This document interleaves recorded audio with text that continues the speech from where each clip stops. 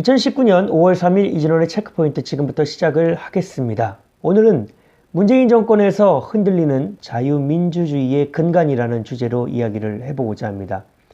여러분들 잘 알고 계시듯이 지난달 30일 국회에서 야4당이 발의한 패스트트랙 법안이 사개특위와 정개특위를 통과를 했습니다.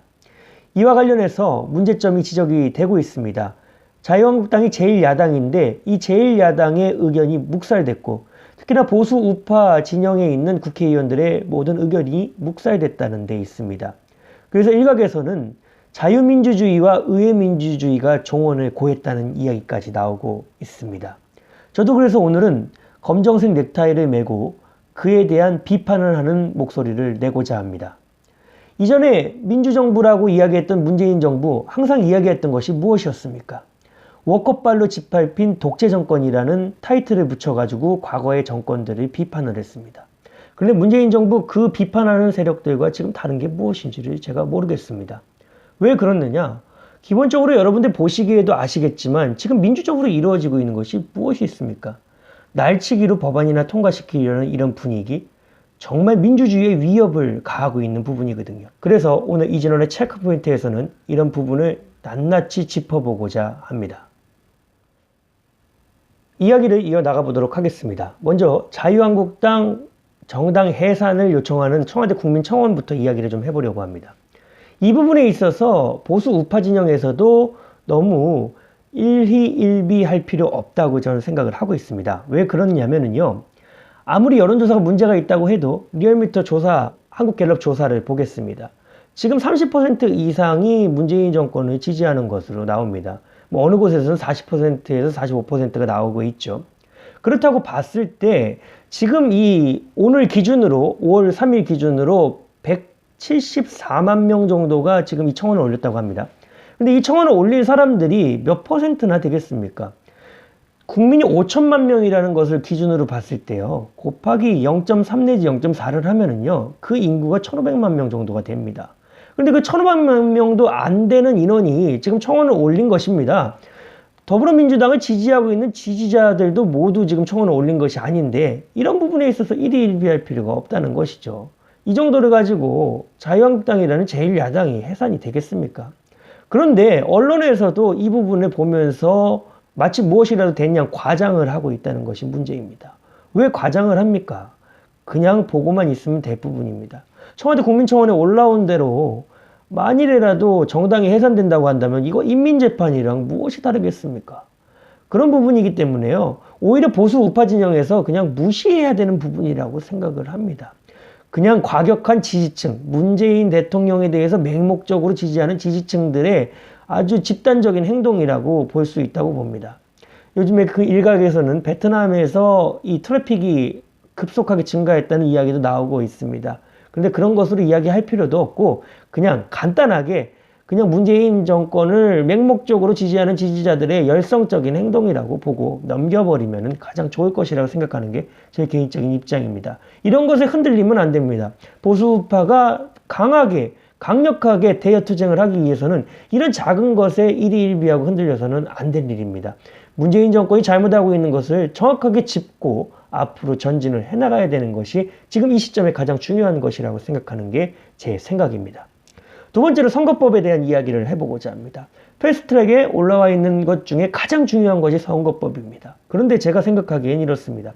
문재인 대통령이 과연 더불어민주당 출신의 대통령인지 정의당 출신의 대통령인지가 혼돈이 올 정도입니다. 왜 그러냐면 이 연동형 비례대표제라는 게 그렇습니다. 연동형 비례대표제는요. 다수당, 지금의 제1야당인 자유한국당이라든지 여당인 더불어민주당과 같은 이런 당들보다는요. 정의당과 같은 군소정당들에게 유리한 그런 선거제도임은 분명합니다. 솔직하게 이야기를 해보자면요. 지금 이 연동성 50%를 살린 연동형 비례대표제를 어떻게 한다는 것인지 정확하게 이해가 가지가 않습니다. 저는 학자들이 나와가지고 이 부분에 대해서 이야기하는 것조차도 본 적이 없습니다. 왜 그렇느냐? 학자들도 지금 헷갈리거든요. 어떻게 하려는지도 모른다는 것입니다. 그런데 분명한 것은 한 가지가 있습니다. 무엇이냐면요. 비례대표의 수가 늘어나고 또 비례대표를 뽑는 퍼센테이지에 따라서 군소정당이 가지고 갈 수 있는 의석이 확보된다는 것은 당연한 일이거든요. 그런데 우리 대한민국 어떤 방향으로 가고 있습니까? 제가 봤을 땐 잡탕식 민주주의입니다. 그냥 좋다고 하면 다 받아들이려고 해요. 독일이라는 국가는 굉장히 정치적으로 정치인들이 존경받는 나라라고 합니다. 얼마 전 제가 읽은 책에서 보니까 독일 같은 경우에는 존경받는 사람 10위권 안에 정치인들이 많이 포진을 해 있다고 합니다. 그리고 어릴 적부터 정치를 배워와서 나중에 총리가 되고 각 처의 장관이 되고 의원이 되고 이런 형태로 간다고 합니다. 그런데 그런 독일의 정치적인 생태와 우리의 정치적인 생태가 다릅니다. 그럼에도 불구하고 마치 독일이 가지고 있는 정치적인 제도가 가장 최고인 제도처럼 그것에 따라가려고 하고 있다는 것이죠. 솔직하게 이야기를 해보겠습니다. 만약에 연동형 비례대표제를 만들고 동거정부가 구성되는 것을 원한다 한다면요, 의원 내각제를 채택한다고 헌법 개정부터 해야 되는 게 먼저입니다. 그렇지 않고 대통령제로 간다고 이야기를 하면서 의원 내각제적 요소를 엄청나게 가미를 시킨다? 휘발유차에다가 경유 넣으면 차가 가다가 퍼지지 않겠습니까? 잠깐은 굴러갈 겁니다. 하지만 차가 잘못된 기름을 넣기 때문에 퍼지기 마련입니다. 그것을 우리가 생각을 하면서 이 점 선거법 그냥 이런 식으로 해서는 안 됩니다. 진정으로 헌법 개정을 통해서 대통령제로 간다면 양당제로 가야 되는 게 맞는 것이고 의원 내각제로 간다면 다당제 형태로 가도 된다는 것이 맞는 것입니다. 이럴 때일수록 기본으로 다시 돌아가야 합니다. 대통령제가 가지는 특성, 의원 내각제가 가지는 특성이 무엇인가 다시 한번 기억을 하면서 이 연동형 비례대표제를 도입하는 게 과연 대통령제를 가지고 있는 우리 대한민국의 옳은 것인가 하는 생각을 정확하게 해볼 필요가 있다고 생각을 합니다. 연동형 비례대표제는 의석수가 줄기도 하고 늘기도 하는 것이 사실입니다. 그런데 그렇지 않을 것이라고 이야기를 하면서 밀어붙이는 그런 비합리적인 태도를 정치권에서 보여서는 절대로 안 된다고 생각을 합니다. 그렇기 때문에 이 점 분명하게 국민 여러분께서 꼬집어 주셔야 된다고 생각을 하고 있습니다. 두 번째로 이야기 드릴 부분은 공수처 법안과 검경 수사권 관련 법안입니다. 지금 현 문재인 정권은요, 검찰을 거의 적폐 수준으로 생각을 하고 있는 것 같습니다. 이번 검경 수사권 문제와 관련해서 공수처까지 이야기가 나오자 문무일 검찰총장이 반기를 들었습니다. 개인적인 이유로 반기를 든 것이 아닙니다. 검찰 조직에 대해서 너무 폄훼하려고 한다는 것에 대해서 대통령에 대해서 반기를 든 것이라고 저는 생각을 합니다. 그래서 제가 생각을 해봤습니다. 왜 이 정권이 그렇게 검찰을 미워하는 것일까? 이 정권은 처음도 노무현 대통령이었고 끝도 노무현 대통령인 것 같습니다. 노무현 대통령이 2003년에 검사들과의 대화를 했습니다. 거기서 한 검사가 부산지청 동부지검장한테 청탁 전화를 한 적이 있냐고 이야기를 했던 적이 있습니다. 그랬더니 노무현 대통령 이쯤 되면 막 하자는 거지요 하면서 발끈을 했었죠.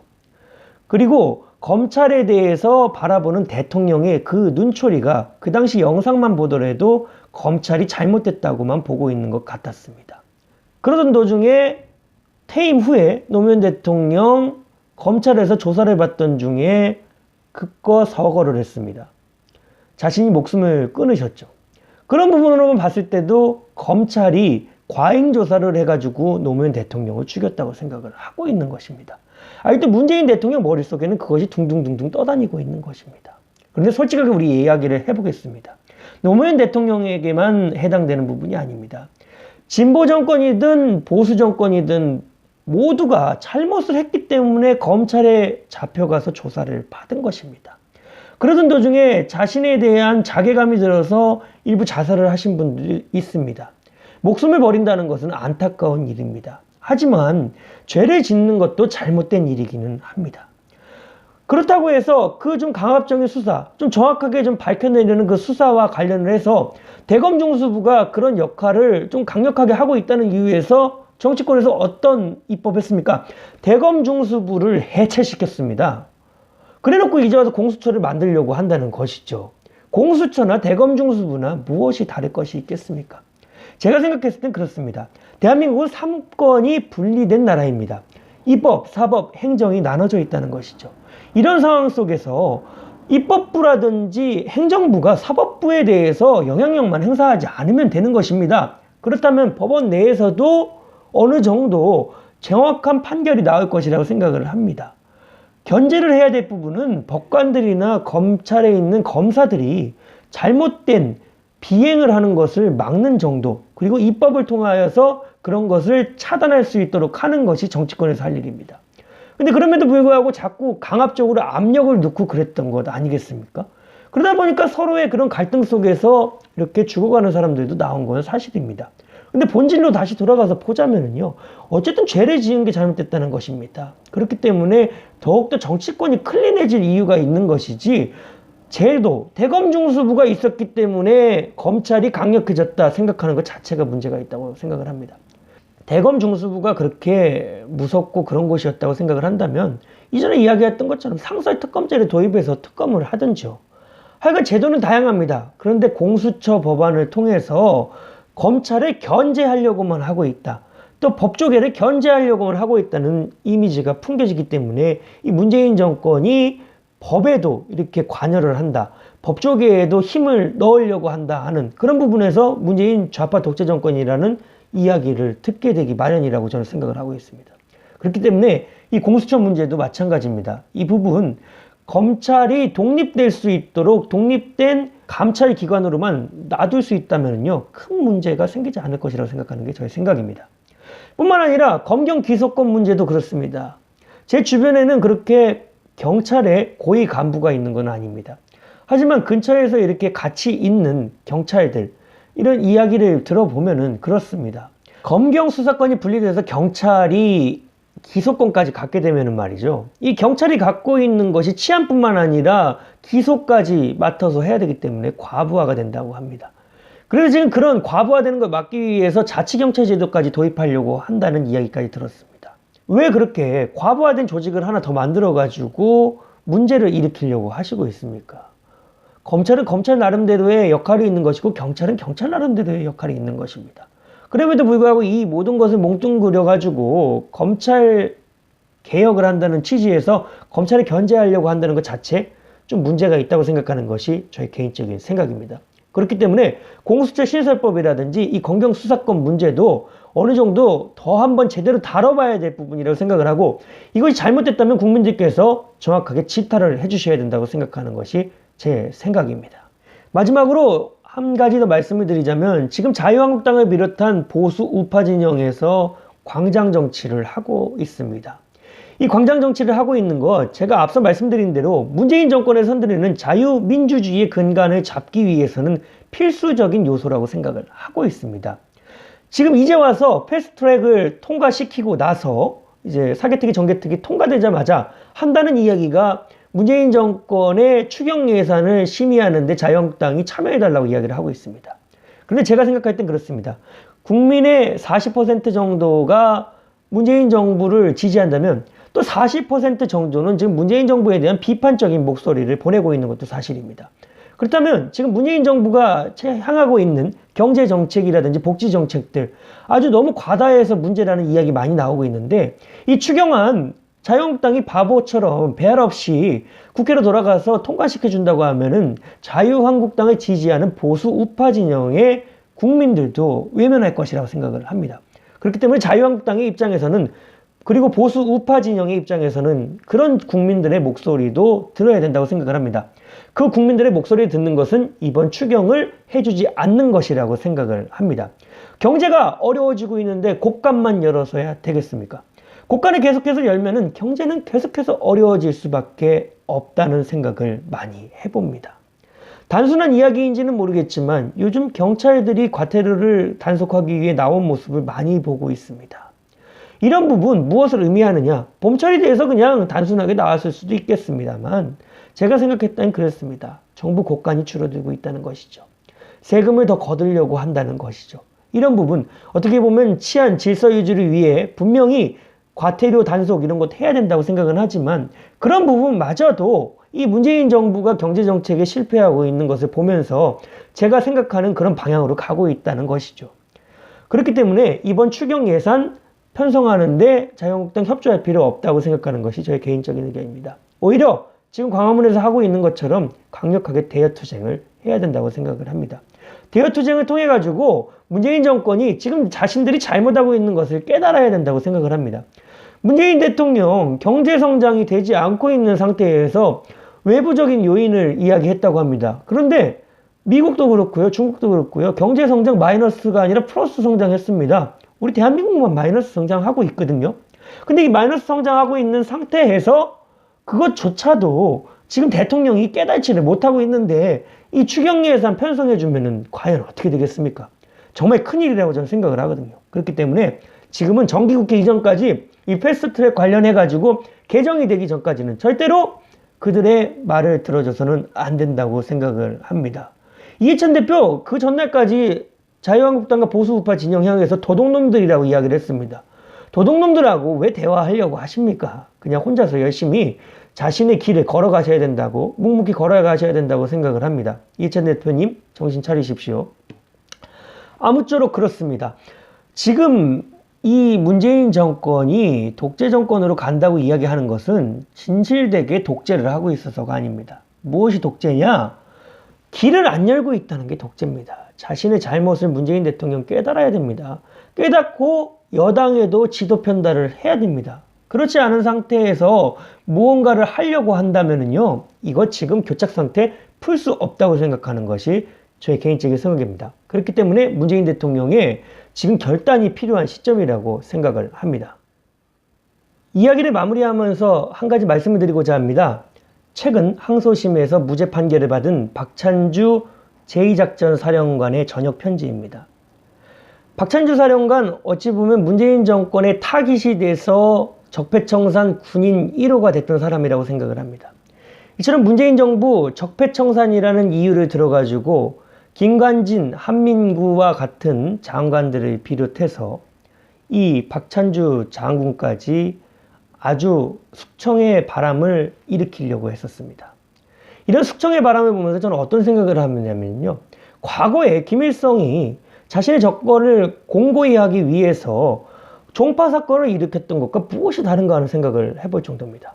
어떤 분께서는 이 부분과 관련해서는 너무 과격하다고 이야기하실 수 있을지도 모르겠지만, 제가 바라보는 입장에서는요, 적폐청산이라는 이유로 이 하나의 세력을 말살시키는데 혈안이 되어 있는 게 문재인 대통령이라는 생각을 해보게 됩니다.